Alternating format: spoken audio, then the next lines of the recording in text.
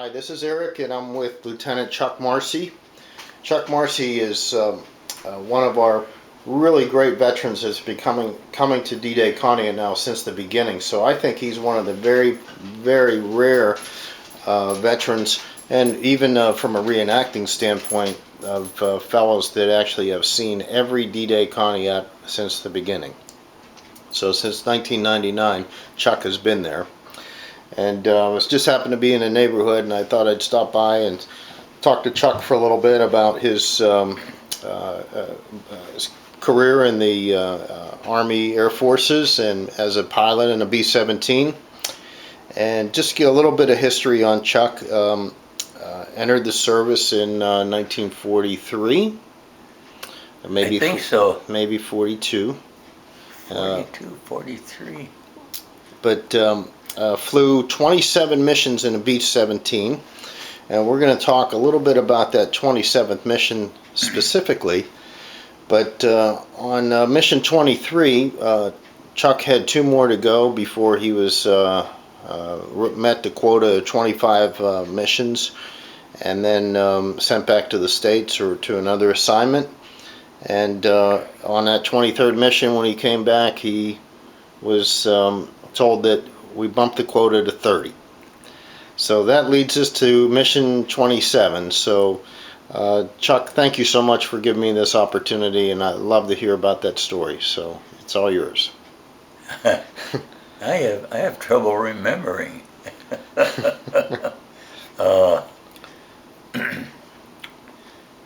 Yeah, the last mission you were interested in. Yes. Okay. See, we were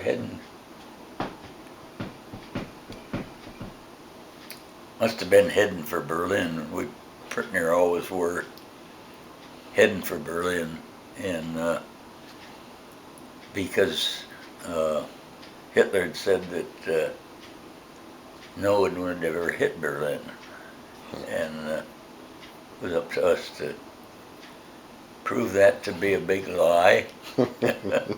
And anyhow, we 10 of us on the plane.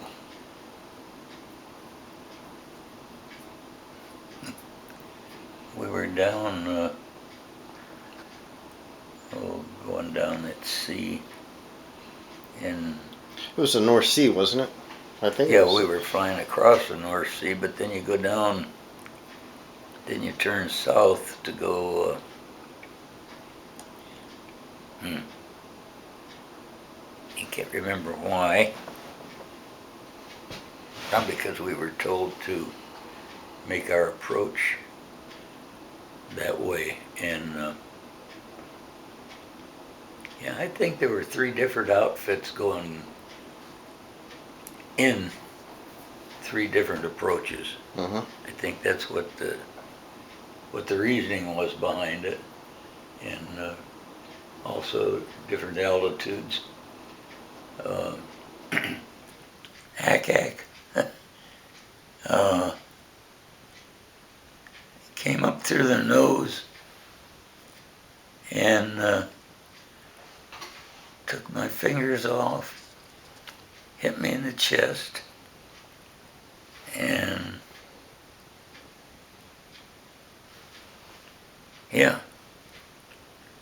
Knocked you out. Yeah, I was unconscious long enough for the plane to go from 25,000 down to about 8,000, I think, when I came to.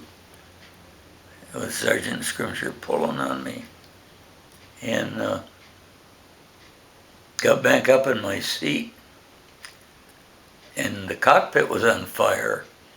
Yeah, the rest of the crew had bailed out. They could look straight up, see me apparently dead in the airplane on fire, the cockpit, and so the rest of them all bailed out.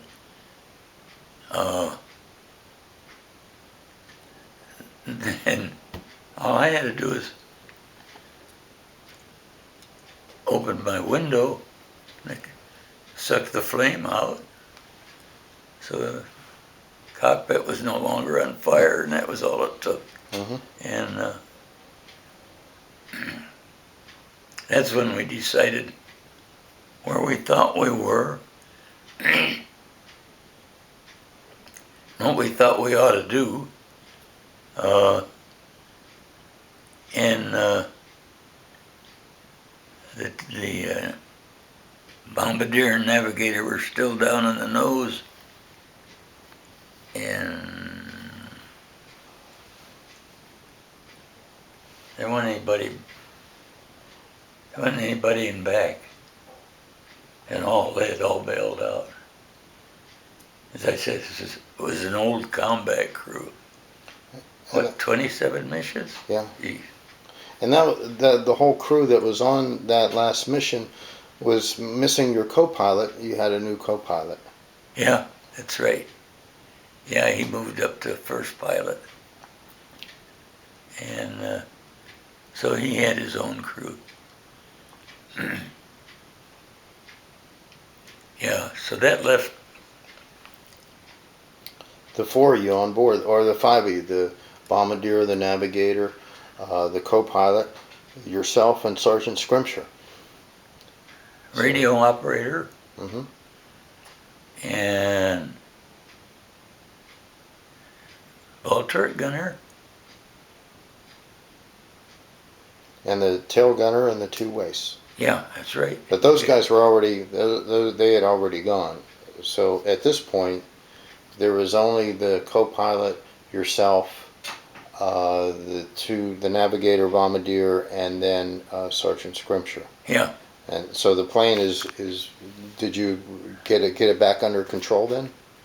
Yeah. Yeah. I mean, flying on 2 engines out of 4, which is not easy. But we did make it around Berlin, and flying south, and then east, and then north, and the instrument panel was gone, and so we weren't where we thought we were. Ended up, after we turned north, we went right over Berlin. I bet you they weren't too happy about that. No, that wiped us out. The left wing was on fire out at the tip, and we had gasoline auxiliary tanks out in the wing tips of those B-17, and had not exploded yet, but you could see them burning out there. And we knew we didn't have much time. So the guys down the nose got out, and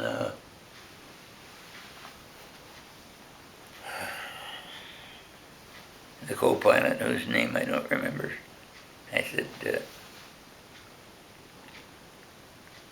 when you go out, I said, don't step over me, shove me out.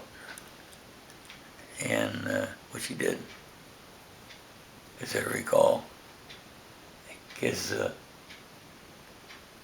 by this time I was not in very good shape. Mm-hmm. Hadn't been hit with that shell that came up through the nose.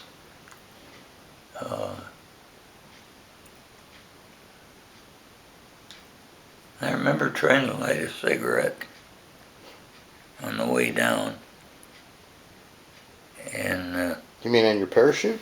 yeah, God, it didn't work. Anyhow, I landed, and I can remember a civilian with a gun, a rifle, and a couple of soldiers cautiously coming across the field. I was in no shape to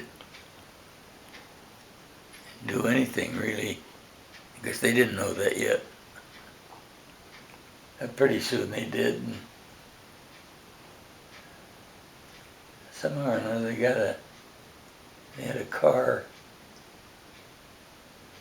I remember they piled me in with my parachute and stuff on my lap, I can remember. And that's when we headed for the hospital. We stopped once on the way and got interrogated quite briefly, as I recall. Ended up in the hospital. We had picked up the name of that someplace along the line. I don't remember it now. And Luftwaffe Hospital, Air Force Hospital, and spent 3 weeks there. What was you had told me before about the nurse, what was her name? Oh, Sister Maria. And she took care of you.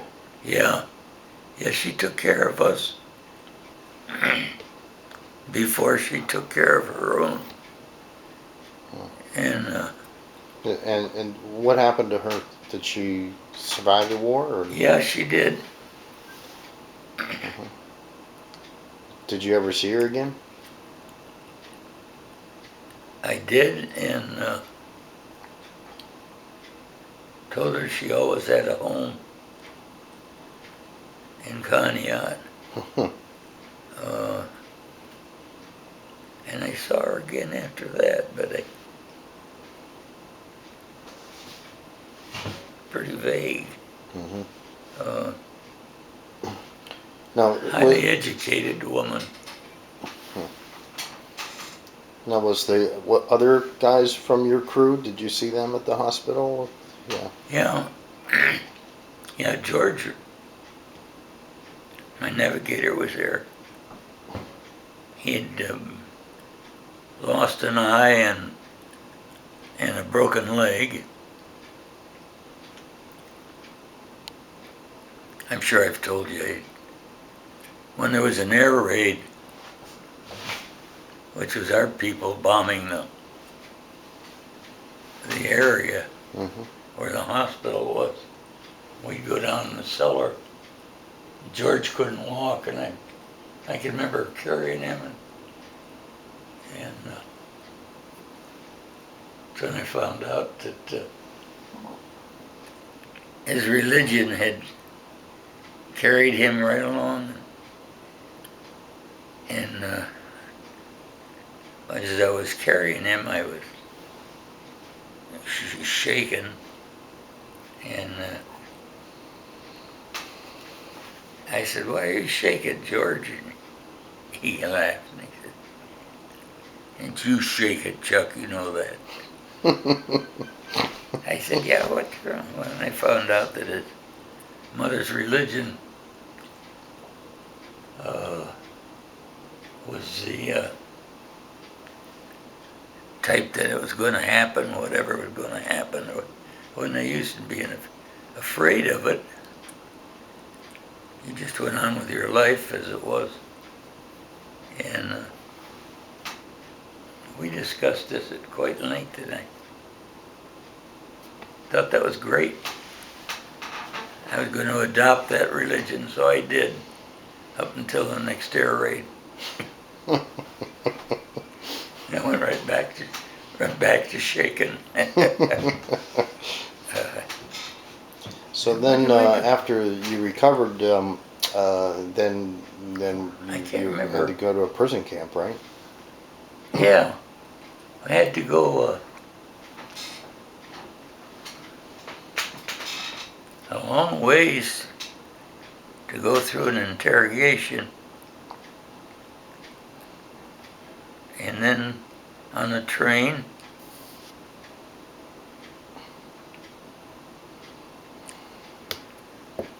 You had told me once that you had stopped for food or stopped for the train to get serviced in a train station. A bunch of German civilians there, and oh, you guys had food, and they didn't have food. yeah, It was it's kind of topsy turvy because here you guys are the prisoners, and you had something to eat, and this German civilians didn't have anything. they didn't have anything. And of course, we've made the most of it. Huh.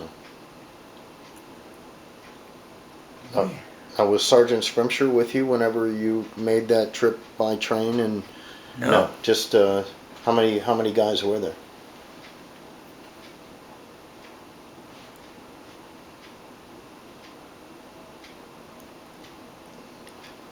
I think to me there was around a dozen, I'm not sure. Mm-hmm. Went from the hospital to the train station without any guards, so the civilians would not know that we were the enemy. Hmm.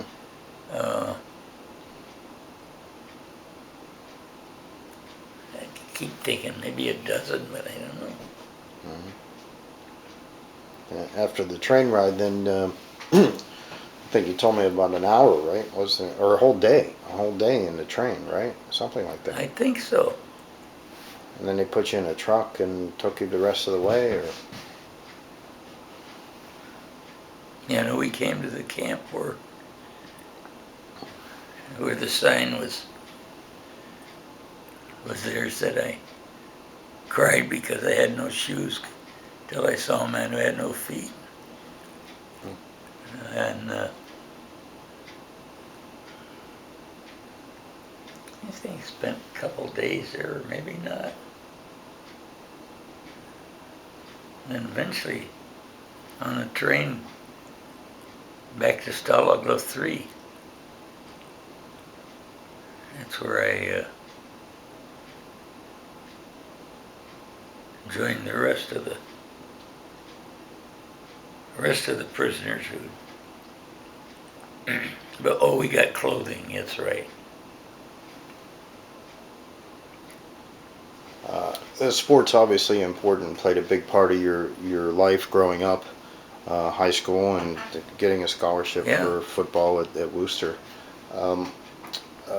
Since what did you do in the prison camp since you couldn't participate in baseball or any of the basketball games or whatever? Well, I had two classes I conducted: organic chemistry and anatomy. Anatomy. Yeah. Now, in college, what were you studying? What was that? What were you studying in college? I mean, you had to be studying something. A general course. But towards medical. Yeah, I was studying anatomy, I remember that, and organic chemistry,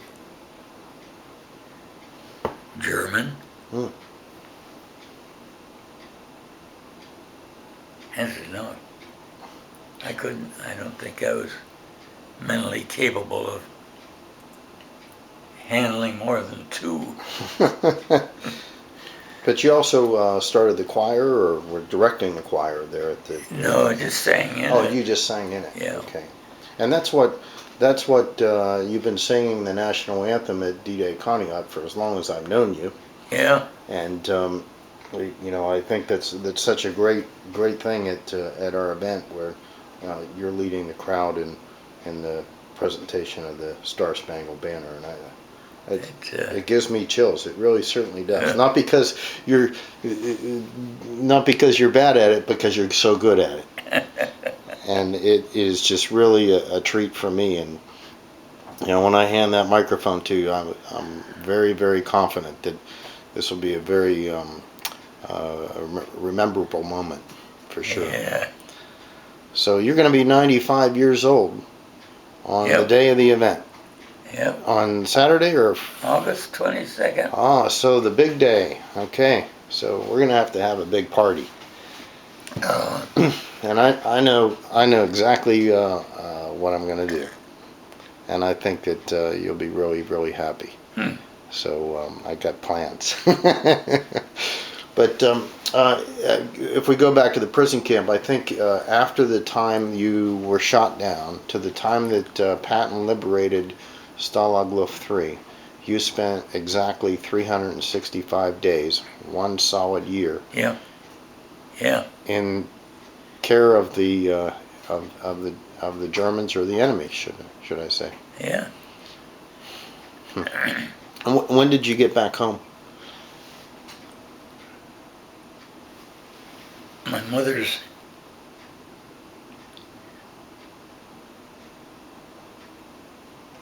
sister and her husband caught up with me in Cleveland. They took care of me for a day or so, and I got on the train, and yeah, that's right, I still had parts of German uniform on. How about that? And people were looking askance at me. So the clothes that you got in the prison camp were actually German uniforms. Yeah, I guess. Yeah, how about that? That was it, yeah. No, you know, there was a lot of prison camps around this area. Northeast had one in Pennsylvania. You know, some of the grape country over there to the east of Erie. There was a lot of German POW camps over there, and they were picking grapes. These fellows. Did you know that? I don't remember that. No. And I'm sure that even down in Sagerstown, there was an Italian prison camp down in Sagerstown, and many of those guys just stayed and married some of the local ladies down there. Yeah. And I'm sure that happened a lot. I think it happened a lot because they found out living in the States was a lot better than Germany. Yeah, oh, absolutely. I mean, by that time of the war, there was so much of it destroyed. Yeah. Now, you had told me once about your training, and you were flying from, I believe, Chicago to somewhere, and decided to buzz Conneaut. Yeah. We were on our way. We were on our way overseas. And it's every pilot's dream to buzz their hometown. Of course, it was illegal, but if you're on your way into combat, you don't worry too much. Yeah. And yeah, we made the pass across that bridge 3 times, I remember. How about that? Now, you had told me there's a picture of that somewhere. Have you ever found it? Oh, no. No. I haven't. That, I keep looking at that picture, that B-17 on the wall. That was our outfit. It's a square K, and the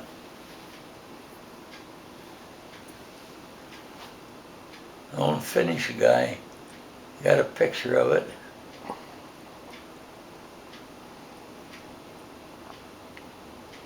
Whatever happened to it, I don't know. I'm sure it'll turn up one of these days. If I ever had it, I don't know that. Well, it would be really a treat to see it if it does exist. That's for sure. Yeah. What do you think about the event there in Conneaut? That's The what? The D-Day reenactment. What do you think about it? Oh.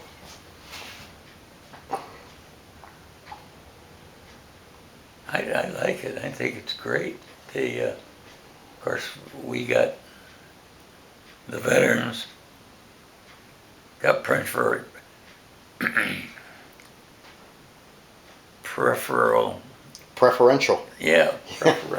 treatment, and as I say, people ask me if I could make a speech here and there, and said, yeah. I said, I got lies I haven't told you.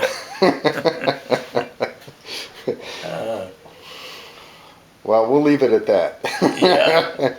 Chuck, thank you so much for granting me this opportunity, and God bless you. Thank you. You're welcome. I always enjoy having you.